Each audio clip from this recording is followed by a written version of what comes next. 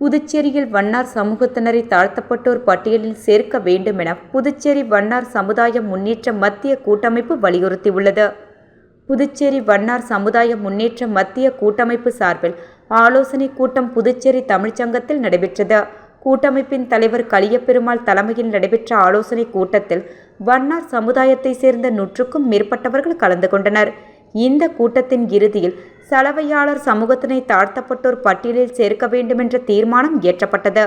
பின்னர் செய்தியாளர்களை சந்தித்த வண்ணார் சமுதாய முன்னேற்ற மத்திய கூட்டமைப்பு தலைவர் கலியபெருமாள், வண்ணார் சமூக மக்களின் நீண்டகால கோரிக்கையான வண்ணார் சமூக மக்களை தாழ்த்தப்பட்டோர் பட்டியலில் சேர்க்க கோரி பல கட்ட போராட்டங்களை நடத்தி அரசை வலியுறுத்தி பல மனுக்கள் கொடுத்தும் எங்களது கோரிக்கை நிறைவேற்றப்படவில்லை.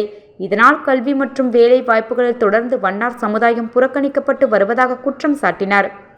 எனவே புதுவை அரசு இனிமேலும் காலம் தாழ்த்தாமல் வண்ணார் சமூகத்தை எஸ்சி பட்டியலில் சேர்க்க அரசுக்கு பரிந்துரை செய்து அதற்கான ஆணையை வெளியிட வேண்டுமென்று கேட்டுக்கொண்ட கலியபெருமாள், வாழ்வாதாரம், சட்ட பாதுகாப்பு, கல்வி மற்றும் பொருளாதாரத்தில் வண்ணார் சமூகத்தினரை மேம்பட வழிவகை செய்ய வேண்டுமென அவர் கேட்டுக்கொண்டார்.